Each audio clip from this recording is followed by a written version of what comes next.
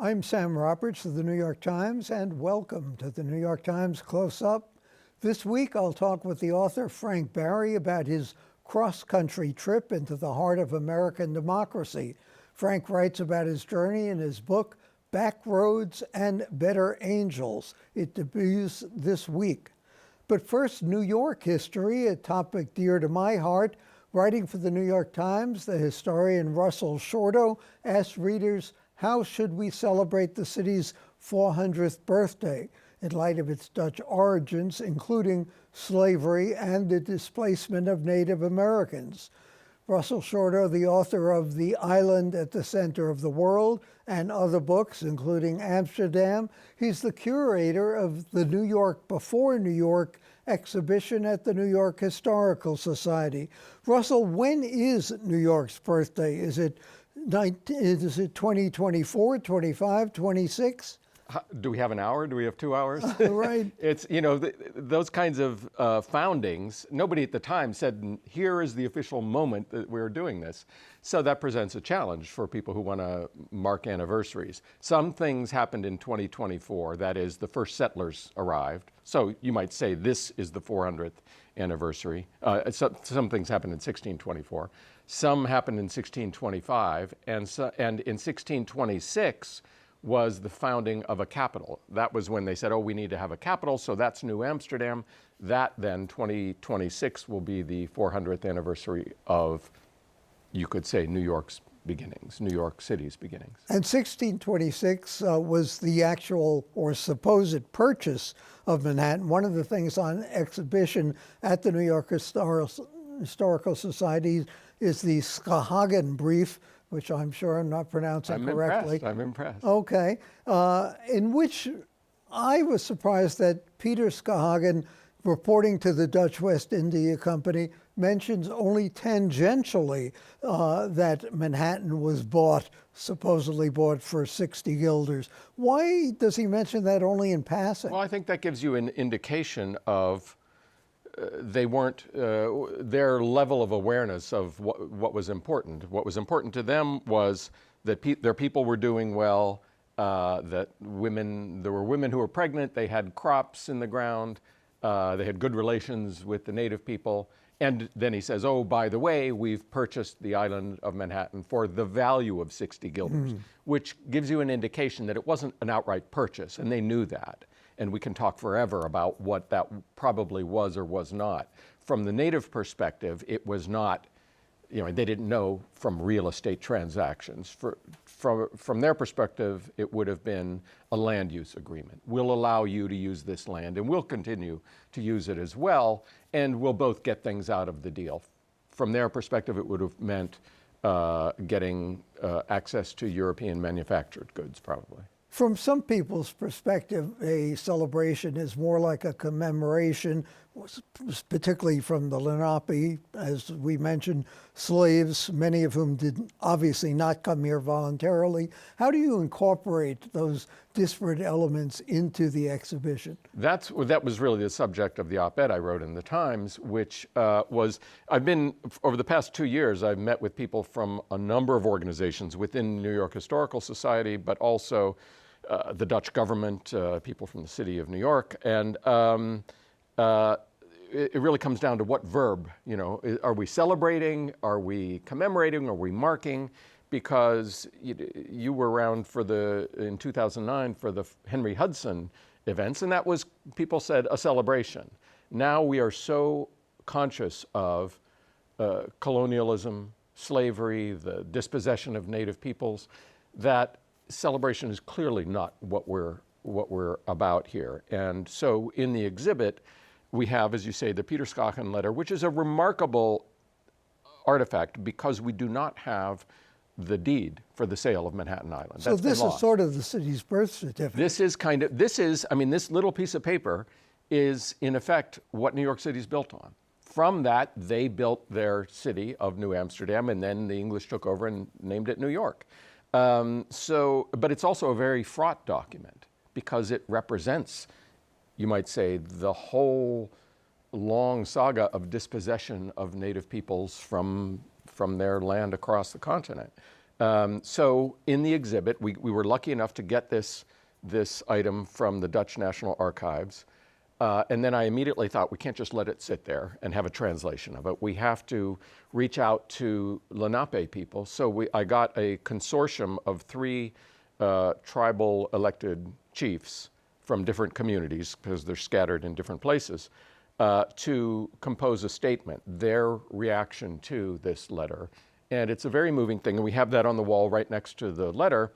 Do they say they want Manhattan back? Not quite. They're on the one hand, they address themselves to their unnamed ancestor, whoever it was negotiated this deal, whatever the deal was, and they, in effect, say, did you have any idea how much suffering you would cause for your people over the next 400 years? And then they turn around and say, but we want to use this moment to not reclaim, but to reclaim their connection to Manhattan and to this territory. So it's a very powerful statement. One of the big themes of your book, Island at the Center of the World, is sort of a New York exceptionalism, that New York, New Amsterdam was different from all the other colonies because it was Dutch. And the Dutch West India Company welcomed people. Are we different, diversity, tolerance, because the Dutch were tolerant of other people? Were they indifferent to other people? Or were they just greedy and welcomed other people because it was good for business? I think every individual is different, but I think in terms of how we today, 400 years later, look back at that history, I think we have to, and again, this is what I talked about in the op-ed, we have to find a way to look back at the past, whether it's 400 years ago New York or 250 years ago the American Declaration of Independence, and see the good and the bad and hold them both up. Because if we're only looking at the bad, if we're only looking at slavery and other evils, what do we have to stand on? Who are we? So we have to also acknowledge the values that we have that come from the past. So in this case, tolerance. Yes, the Dutch had a policy of toleration of religious differences, which was a watershed in Europe at the time. And because of that, when they created this colony, there were famously at least 18 languages being spoken at a time when there were only about 500 people in New Amsterdam. So I like to say New York was New York even before it was New York. And that was really something. On the other hand, it was very limited. It only applied essentially to other white European Christians. It didn't really apply to Jews. It certainly didn't apply to Africans or Native people. So or you Quakers. have to, or there's a difference, because there you get into these struggles over the policy. So Peter Stuyvesant was intolerant of Quakers, of Lutherans, of Jews, but in each of those cases, there were appeals, and he was overruled. Right. So the system, you might say, worked to some extent. What is it about history that New Yorkers seem so indifferent to? I remember the History Boys, the Alan Bennett play. One of the kids is asked to define history, and he thinks for a minute, and he says, basically, it's one damn thing after another. Why do New Yorkers not seem to care about our history? I think in a funny way that goes back 400 years, goes back to this period. New England, Boston, if you contrast New York and Boston, Boston has this very clear beginning, the Puritans, and a lot flows from that. It's a really strong foundation, which is negative as well as positive. They were essentially religious fanatics who didn't want to tolerate anyone else. New York, because its founding involves a lot of different groups, it is from the beginning not one story. So it's easy to ignore other people's stories who live across the street from you, that kind of thing. It makes the telling of New York history a challenge. Ken Jackson, Columbia professor, editor of the New York Encyclopedia, said that no other city in the United States is as old and historic. There are older cities, but Jamestown sort of fell into the mud. St. Augustine, other cities weren't incorporated as early as New York. Do you agree with that? I don't know about those kinds of, I mean, I'll let Ken make that pronouncement and that declaration. I just think that there is a real continuity from that moment, from 1626, if we take that date, when New Amsterdam was created, to New York today. I mean, there's a remarkable through line involving two things: tolerance, limited, but real, and capitalism. The Dutch were inventing capitalism. And if you put those two things together, basically that's a recipe for New York. Now, you also have to add in there things like slavery, racial intolerance and things, and that's part of the makeup of New York as well. Russell, if you walk through New York, particularly Manhattan, although parts of Brooklyn and Queens as well, can you see anything left of the Dutch heritage? Well, just walking down the street and seeing the different faces from all over the world, that's one remnant. And crooked streets. And in terms of, I was going to say, in terms of the actual reminders, physical reminders, the financial district is New Amsterdam. And the Costello Plan, which is another item that we have, a very rare document that we have in the exhibit at the New York Historical Society, is a map of New Amsterdam at its height. We have it on loan from a library in Florence in Italy. And I have given tours, walking tours of New Amsterdam, given people photocopies of the Costello Plan, and we're able to walk around. We're in the financial district, but we're in New Amsterdam. And what I tell people is just don't look up, because you'll see skyscrapers and that'll kind of ruin the illusion. All those streets are still there. Exactly. Russell Shorto, the author of The Island at the Center of the World, the curator of the exhibit at the New York Historical Society. Thanks for joining us. And coming up next, a writer's travels to the heart of American democracy.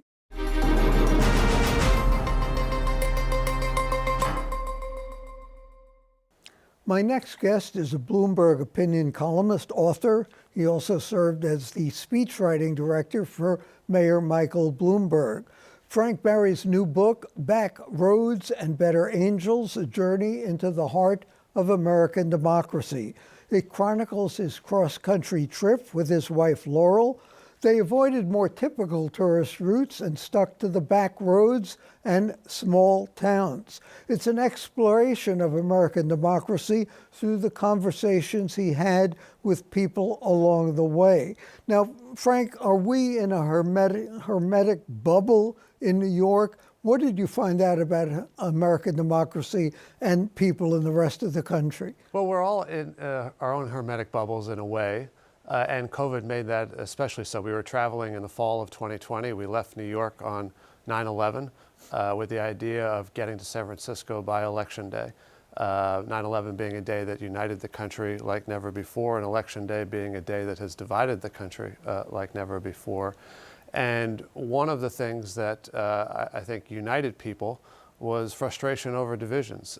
We spoke with people from all walks of life and in both parties, and one of the running themes throughout our conversations was a real frustration at how divided the country was, how vitriolic conversations had become, how much of a strain it had put on relationships, and a sense of concern about how the country will get out of the situation and overcome it. Back Roads and Better Angels, I have to say, is a delightful read and an insightful book. Two threads run through it. One is Abe Lincoln, yes, because the route you took is the Lincoln Highway, celebrating its centennial from New York to San Francisco. Another thread, more subtle, is Donald Trump and his election and the impact on the country. Now, a lot of people say things are worse now than ever before. We are more polarized than ever before. The nation is divided. But you look back at the Civil War and Lincoln. How does the nation compare to then and now? Is it really worse than ever before? And what's the difference in the division? I don't think it's worse than ever before, but you do hear a lot of comparisons to the Civil War today. You hear a lot of talk about the United States being in a period like the 1850s. And so that's why Lincoln made for such a perfect North Star for this journey. And so as we track the Lincoln Highway, which is the nation's first road to connect the two coasts, we weave in lots of Lincoln and there's so much that we can learn from Lincoln as we cross over our own divides on race and religion and politics and everything else that we can learn from Lincoln and apply to today's politics. So no, I don't think it's worse than it's ever been, but it's really important to remember how we've managed to come across those divides in the past. And there's no better example of that than, of course, the Civil War, which was really the darkest hour of the country's history. And it's Lincoln more than anyone else who helped us see us through that.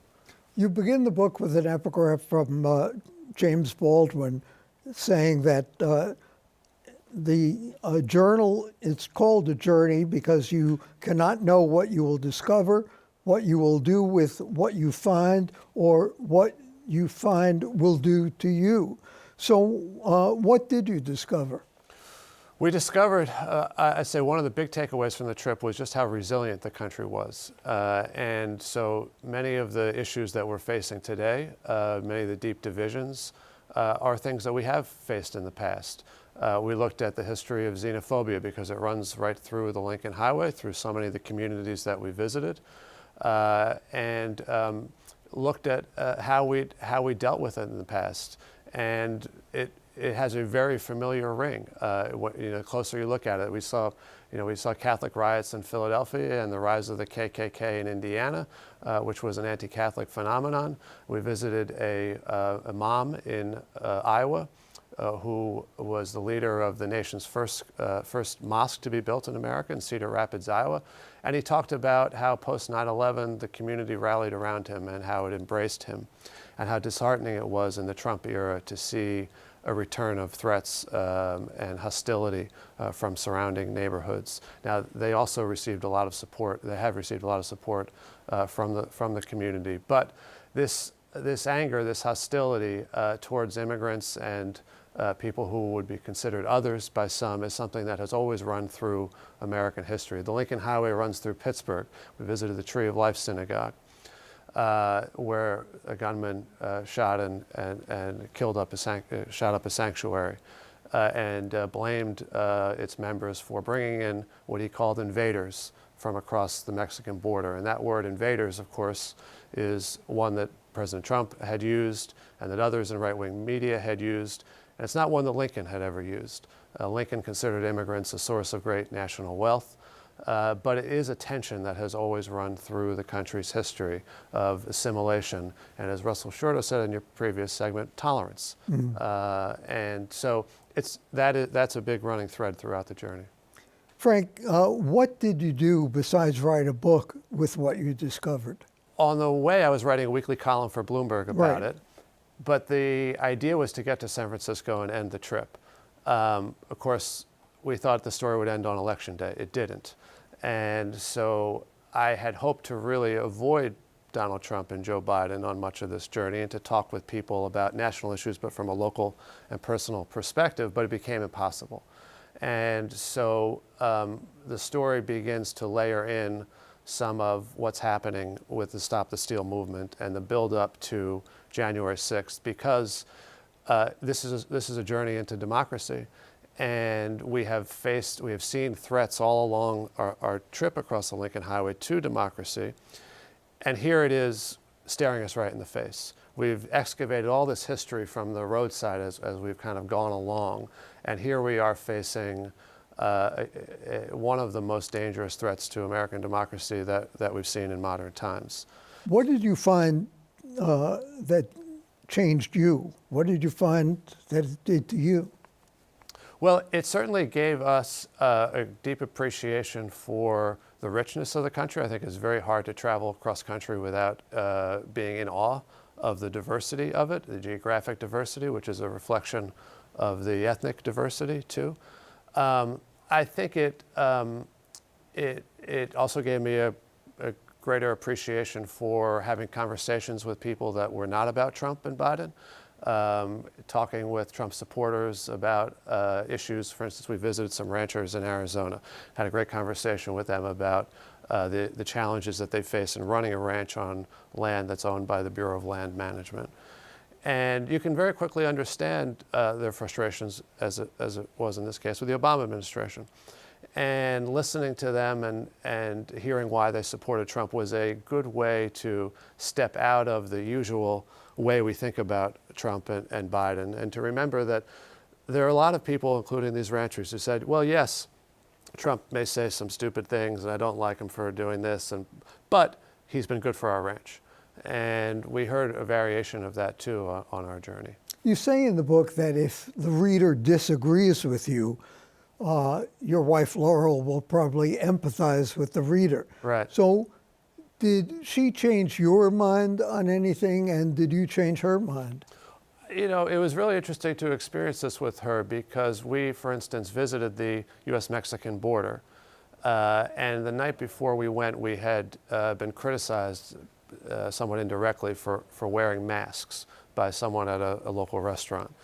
And we went down to the border and did a ride-along with the deputy sheriff's office. And they explained that the border wall, which was being built, we saw it right in front of our eyes, the construction cranes that were up.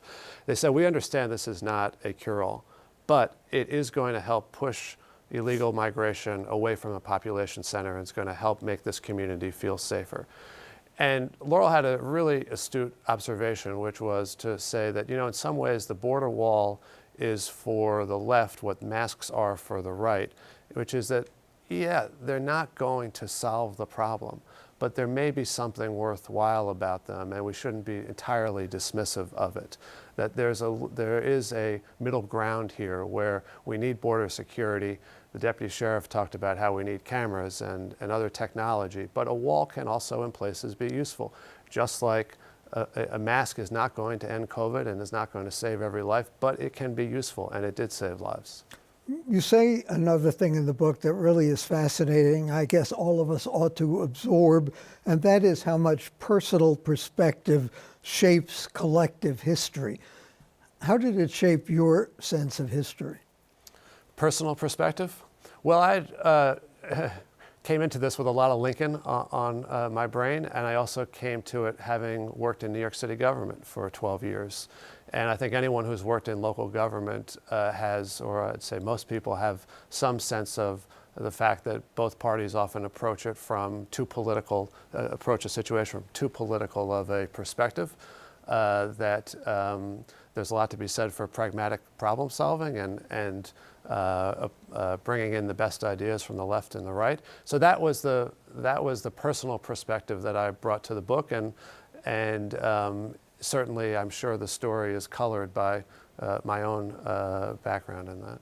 What's a patriotic pragmatist? I think Lincoln is the ultimate patriotic pragmatist. It's someone who puts country over party, who recognizes that there is more to be gained in reason and understanding than in righteousness and rage. Lincoln in so many ways embodies that, but it's someone who's able to kind of keep the bigger picture in mind, that we have to be able to hold the country together. We can argue about any particular issue for as long as we want and right up through the election, but when an election is decided, we have to be willing to shake hands and accept the outcome of it. And that's something that Lincoln did. It's a fairly small piece of Lincoln history, but in 1864, when he thought that he was going to lose that election, he wrote a letter to his cabinet saying, we will accept the outcome of this election and we will help the next president to secure the country.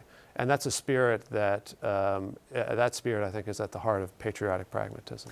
Frank Barry, the book is Back Roads and Better Angels, a terrific read. Coming up next, my thoughts on the toll of politics.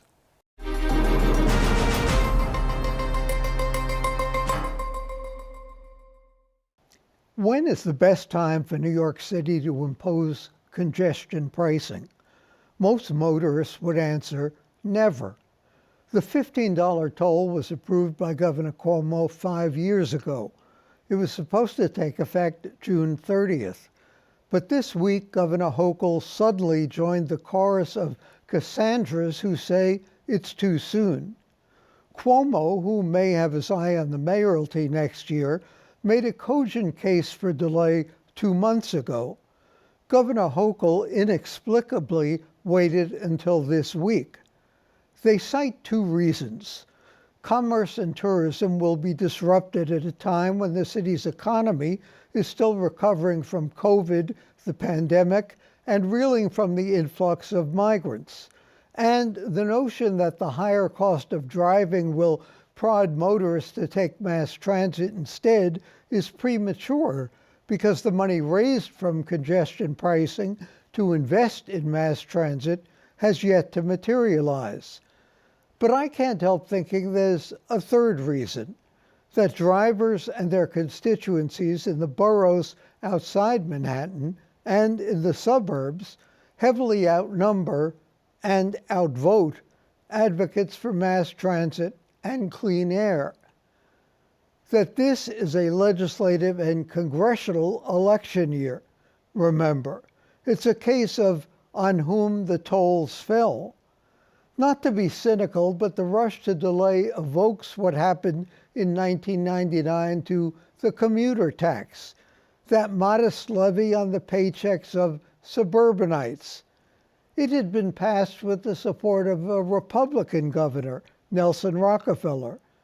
It helped pay for police, firefighters, mass transit, and other services that also benefit commuters who work in the city.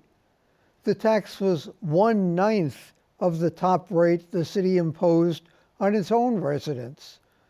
In 1999, the commuter tax was abolished. We can thank former Assembly Speaker Sheldon Silver. Silver's goal was to keep his job and his Democratic majority, which he did until he went to jail. He scrapped the dreaded tax to help re-elect a vulnerable Democratic legislator from the suburbs. The legislator lost his seat anyway, but the city lost a lot more, about $1 billion in revenue every year since the tax was repealed. Now, it's fair to ask whether revenue from mass transit will be sacrificed to Albany's political gamesmanship again. Congestion pricing has so far survived delay by 1,000 cuts. Delaying it indefinitely may mean its death knell. For the New York Times and CUNY TV, I'm Sam Roberts.